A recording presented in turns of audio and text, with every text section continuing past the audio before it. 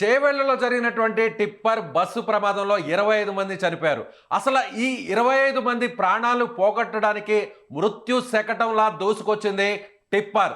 25 టన్నులతో అత్యధిక టన్నులతో వెళ్తున్నటువంటి కంకర లోడుతో వెళ్తున్నటువంటి టిప్పర్ నేరుగా బస్సును వేగంగా ఢీకొట్టడంతో బస్సు ప్రమాదంలో అప్పటికే గాయాలు పాలైనటువంటి వారందరి మీద కూడా ఒక్కసారిగా కంకర పడడంతో ఈ ప్రమాద తీవ్రత పెరిగింది, మృతుల సంఖ్య కూడా పెరిగింది. ప్రస్తుతం అక్కడ జరిగినటువంటి ప్రమాదం అప్డేట్స్ గురించి, అలాగే ప్రమాద తీవ్రత గురించి, ముఖ్యంగా మృత్యు శకటంగా మారినటువంటి టిప్పర్ గురించి అక్కడి నుంచి స్పాట్ నుంచి వివరించేటువంటి ప్రయత్నం చేస్తున్నారు Suman TV news CEO senior journalist Nirupama అక్కడ ఉన్నటువంటి సంఘటనా స్థలంలో ఈ ఘటనకు కారణమైనటువంటి టిప్పర్ గురించి ఫుల్ డీటెయిల్స్ వివరించే ప్రయత్నం చేయండి. ఇదిగోండి, ఏదైతే టిప్పర్ ఉందో అదే ఈ టిప్పర్. ఇది ఒకసారి చూడండి. 06T3879 అత్యంత ఘోరంగా జరిగినటువంటి ప్రమాదానికి కారణమైన ఆ టిప్పర్ ఇదే. చూడండి, మొత్తం ఈ పార్ట్ అంతా పోయింది తప్పించి పైన అంతా కూడా ఎక్కడ పోయినటువంటి పరిస్థితి లేదు, కనిపించట్లేదు. మనకు మామూలుగానే ఉంది. టిప్పర్ పైన పార్ట్ వరకు ఏమీ కాలే, ఇక్కడ కిందనే ఎక్కువగా ప్రాబ్లం అయింది. మొత్తం అంతా పోయింది కూడా కిందనే పోయింది అంతా. ఒక్కసారి చూడొచ్చు, మీరు చూడండి, స్పష్టంగా కనిపిస్తోంది. అయితే దీంట్లో ఉన్నటువంటి కంకర ఏదైతే 25 టన్నుల వరకు కంకర ఉందని చెప్తున్నారు, దొడ్డు కంకర, ఆ కంకర బస్సులో పడిపోయింది. అదే మేజర్ గా రీజన్ అయింది. జస్ట్ ఒక ఏదో అటు నుంచి వస్తున్నటువంటి 2 వీలర్ ని తప్పించబోయినటువంటి టిప్పరు అత్యంత స్పీడ్ తో ఉంది, చాలా వేగంతో ఉంది. 2 వీలర్ ని తప్పించబోయి బస్ కి డాష్ ఇచ్చిందని తెలుస్తా ఉంది. సో ఇదిగో చూడండి ఎంత దారుణంగా అయిపోయిందో. ఇదే ఆ టిప్పరు మనకి లైవ్ లో మీరు కనిపిస్తుంది, చూడొచ్చు. ఒక్కసారి చూడండి ఎంత ఘోరంగా ఉందో. మొత్తం పార్ట్ ఈ సైడ్ అంతా కూడా పోయినటువంటి పరిస్థితి. ఈ ఫ్రంట్ పార్ట్ కూడా ఏం లేదు, మొత్తం పోయింది. ఫ్రంట్ పార్ట్ అంతా కూడా ఏం లేదు, మొత్తం పోయింది అసలు. ఒక్కసారి ఇటువైపు ఇక్కడ డ్రైవర్ సీట్, ఇది డ్రైవర్ కూడా చనిపోయాడు. డ్రైవర్ సీట్ చూడండి, అసలు ఏం లేదు, మొత్తం ఇలా క్రష్ అయిపోయింది. ఇది కూడా క్రష్ అయిపోయింది. ఇందాక మనం బస్సును చూసాము, సేమ్ టైపు ఇది కూడా క్రష్ అయిపోయినటువంటి పరిస్థితి. వేగం కూడా చాలా ప్రధాన కారణం అని చెప్పి తెలుస్తా ఉంది. ఇంత గట్టిగా వచ్చి తగిలినప్పుడు ఎందుకు ఉంటుంది, బస్ అయినా ఉండదు, ఏదైనా ఉండదు, అంత ఘోరంగా తగిలింది. ఇది ఒకసారి చూడండి, ఎంత దారుణమైనటువంటి ఇన్సిడెంట్ అండి. ఈ మధ్యకాలంలో ఎక్కడ చూడలేదు. ఒక వన్ ఇయర్ కూడా కాలేదు మేడం. ఈ రూట్ లో మన ఆలూరు గేట్ అనేది ఆడ కూరగాయలు అమ్ముతారు రైతులు, వాళ్ళ మీదకి లారీ లేదు ఇంతకు ముందే. టిప్పరేనా అది కూడా? లారీ, సిమెంట్ లారీ, ట్యాంకర్ అది. అయితే 1 ఇయర్ కూడా కాలేదు ఈ రూట్ లా. వేరే మన మనుషులు హాలీలు ధర్నా చేస్తే అక్కడి మన ఎమ్మెల్యే సాబ్ వచ్చి 1 ఇయర్ లో స్టార్ట్ అవుతుంది, 6 నెలల్లో స్టార్ట్ అవుతుంది, చెట్లు పోతాయి అనేది అని అన్నాడు మేడం. ఇంకా కాలేదు, ఇంకా కూడా అయితలేదు. అది ఈ రోడ్ చెట్ల దిక్కెళ్ళే రోడ్ అయితలేదు అంటారు వేరే రాష్ట్రం వాళ్ళు. మన రాష్ట్రం మీద చెట్లది కేసు చేసుడు కరెక్ట్ కాదు. మన ప్రభుత్వం ఏదనుకున్నా చెట్లు గాని ఏది గాని అన్ని తీసేసి తలుచుకుంటే రోడ్ అవుతుంది.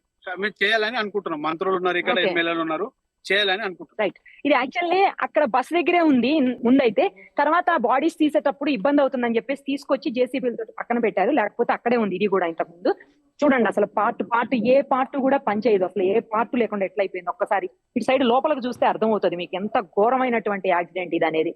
ఇంతకంటే చెప్పాల్సిన అవసరం లేదు, చూస్తేనే అర్థమైపోతుంది. ఇంతమంది, దాదాపు 25 మంది చనిపోయారు. 25 మంది చనిపోవటానికి కారణమైనటువంటి మృత్యు శకటం ఇదే. ఇంకొకటి తెలుసా, ఇక్కడ విచిత్రం ఏంటంటే జనరల్ గా 9 నెంబర్ అంటే చాలా బాగా ఫీల్ అవుతాం అందరం. 9 అంటే చాలా సెంటిమెంట్ గా, ఎస్ లక్కీ నెంబర్ అనుకుంటాము. ఆ 9 నెంబర్ కోసం కోట్లాది రూపాయలు, లక్షలాది రూపాయలు ఖర్చు పెడుతుంటాం ఆర్టీఏ ఆఫీస్ లో. బట్ వీళ్ళకి అనుకోకుండానే 9 నెంబర్ వచ్చింది. 3879 చూడండి, సేమ్ బస్ నెంబర్ కూడా 9 టోటల్. అది 9 ఇది 9 టోటల్ నెంబర్. అది 9 అయింది, ఇది కూడా 9, రెండు గుద్దుకున్నాయి. మరి ఇప్పుడు 9 కి లక్కీయా అన్లక్కీయా ఏమనుకోవాలి? సో సెంటిమెంట్స్ కాదు కావాల్సింది, నడిపేటప్పుడు నైపుణ్యం కావాలి, సేమ్ టైం కొంచెం ఆలోచన ఉండాలి, ఉండాలి, అన్నింటికి మించి జాగ్రత్తగా ఉండాలి. ఇవన్నీ ఉన్నప్పుడే ఏ ప్రమాదాలు జరగకుండా ఉంటాయి. అంతేగాని నంబర్లతోటి లేకపోతే ఇంకా సెంటిమెంట్స్ తోటి ఏమి కావు. అలా అయితే 2 నెంబర్లు 9 తోటి మెటల్ తో తయారు చేసినటువంటి టిప్పర్ గా తెలుస్తుంది. మినీ టిప్పర్ కాదు, నార్మల్ టిప్పర్ కాదు, అది 10 టైర్ టిప్పర్. మెటీరియల్ కూడా చాలా స్ట్రాంగ్ గా ఉంటుంది. టిప్పర్ కంటే కూడా బస్సు లైట్ వెయిట్ తో అక్కడ బస్సు బిల్డ్ చేసి ఉంటారు కాబట్టి, సో బస్సులో ఉన్నటువంటి ఆ మెటీరియల్ అంతా కూడా ప్రయాణికులకి ఇంజూర్ అవడానికి, ప్రాణాలు పోవడానికి కారణమైంది. కానీ టిప్పర్ మాత్రం ముందు భాగం మాత్రమే స్వల్పంగా దెబ్బతినింది. వెనకున్నటువంటి ట్రక్ కి ఏ మాత్రం కూడా ఒక చిన్న ఏమీ కాలేదు. ఇది 12 టైరా అండి బండి? 12 టైరా? ఓకే. ఇది గట్టిగా తాకటం వల్లే కదా జరిగింది.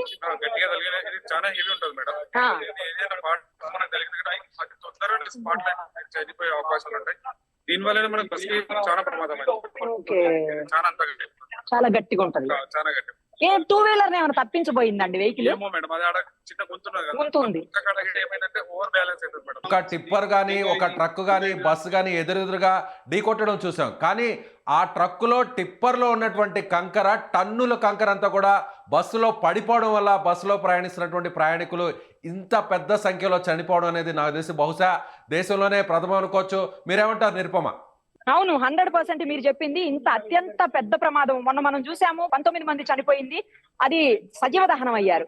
కానీ ఇది వేరు, ఇంకా ఎక్కువ మంది చనిపోయారు, 25 మంది చనిపోయారు. రెండూ కలిసి ఢీ కొట్టడం వల్ల అసలు ఇట్లా క్రష్ అయిపోయినాయి తెలుసా. ఇంత దారుణంగా ఉందంటే ఇక్కడ చూస్తుంటే స్పాట్ లో బాబోయ్ భయం వేస్తుంది. అసలు ఇట్లా చిన్న చిన్న పీసులు పాటలు దేనికి అది ఊడిపోయాయి, బస్సులు ఊడిపోయినాయి. సేమ్ టైం ఇటు ఫ్రంట్ ఏదైతే కనిపిస్తుందో మనకి టిప్పర్, దాని నుంచి కూడా మొత్తం ఇట్లా మొత్తం నొక్కుకొని పోయినటువంటి పరిస్థితి. సో ఈ డ్రైవర్ ఆ డ్రైవర్ ఇద్దరు కూడా చనిపోయారు. ఆ దాంట్లో ఉన్నటువంటి బస్సులో ఉన్నటువంటి కండక్టర్ కి స్వల్పంగా గాయాలయ్యే, ట్రీట్మెంట్ తీసుకున్న లేడీ కండక్టర్ ఉన్నారని చెప్తున్నారు. సో అసలు ఇంత పెద్ద ప్రమాదం ఈ మధ్యకాలంలో ఎవరు చూసి ఉండరు విజయ్.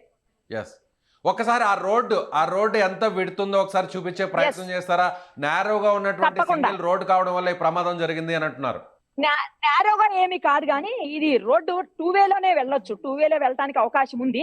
కాకపోతే ఏంటంటే ట్రాఫిక్ ఎక్కువైపోయింది, ప్రజెంట్ ఉన్నటువంటి కండిషన్స్ లో ట్రాఫిక్ ఎక్కువైపోయింది కాబట్టి రోడ్డు సరిపోవట్లేదు. అందుకే విస్తరణ పనులు చేపట్టాలి, విస్తరణ జరగాలి అని చెప్పేసి ఈ చుట్టుపక్కల ఉన్నటువంటి గ్రామస్తులు, లోకల్ వాళ్ళందరూ కూడా కోరుకున్నటువంటి పరిస్థితి.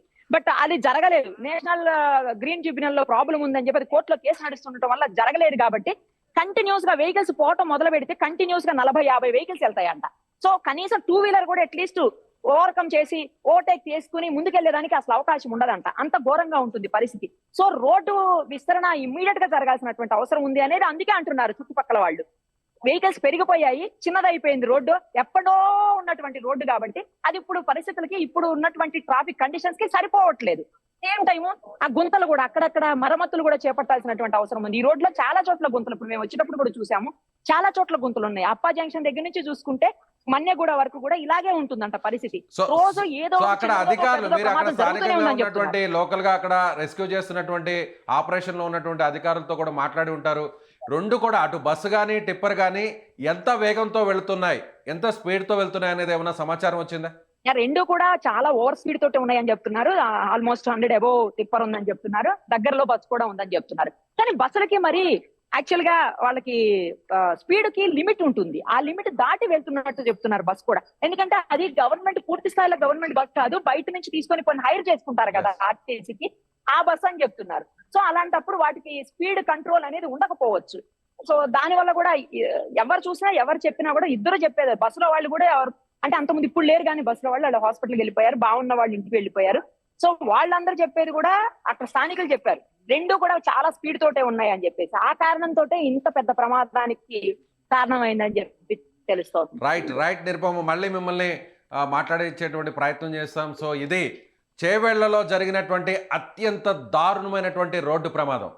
బహుశా దేశ చరిత్రలోనే ఈ విధంగా ప్రమాదం జరిగిన తర్వాత సో ఈ విధంగా ఒక ట్రక్కులో ఉన్నటువంటి కంకర మొత్తం కూడా 25 టన్నుల కంకర, లావు అంటే దొడ్డు కంకర అని పిలుస్తారు, ఈ కంకర అంతా కూడా ప్రయాణికుల మీద పడిపోవడంతో ఊపిరి ఆడక బస్సులో ఉన్నటువంటి చాలామంది మహిళలు కావచ్చు, చిన్న చిన్న నెలల పసికందు కూడా చనిపోయినటువంటి పరిస్థితి అక్కడ ఉన్నట్టుగా మనకి మా CEO నిరుపమ అందిస్తున్నారు. సో ఇక్కడ ముఖ్యంగా ప్రమాదం ఈ స్థాయిలో ఇంత తీవ్రత పెరగడానికి, మృతుల సంఖ్య 25 వరకు చేరుకోవడానికి వేగం ఒక కారణమైతే, అలాగే అక్కడ వేగంగా వస్తున్నటువంటి టిప్పర్ ఎదురుగా ఉన్నటువంటి బస్సును ఢీకొట్టడం, అలాగే అక్కడ రోడ్డు విస్తరణ పనులు కూడా జరగకపోవడం, గతంలో అనేక పర్యాయాలు అక్కడ ఫిర్యాదు చేసినా కూడా, అక్కడ రోడ్డు వేయాలనేటువంటి ప్రయత్నం ప్రభుత్వం చేసినా కూడా, అధికారులు చేసినా కూడా స్థానికంగా కొంతమంది ఫిర్యాదులు చేయడంతో గ్రీన్ ట్రిబ్యునల్లో ఈ కేసు పెండింగ్లోనే ఉండిపోవడంతో సో ఈ ప్రమాదం జరిగినట్టుగా తెలుస్తుంది. ముఖ్యంగా అక్కడ డ్రైవర్ల నిర్లక్ష్యం కూడా దీనికి కారణంగా తెలుస్తుంది. మరింత సమాచారాన్ని తెలుసుకునేందుకు మళ్ళీ కూడా తెలుసుకునేటువంటి ప్రయత్నం అయితే చేద్దాం.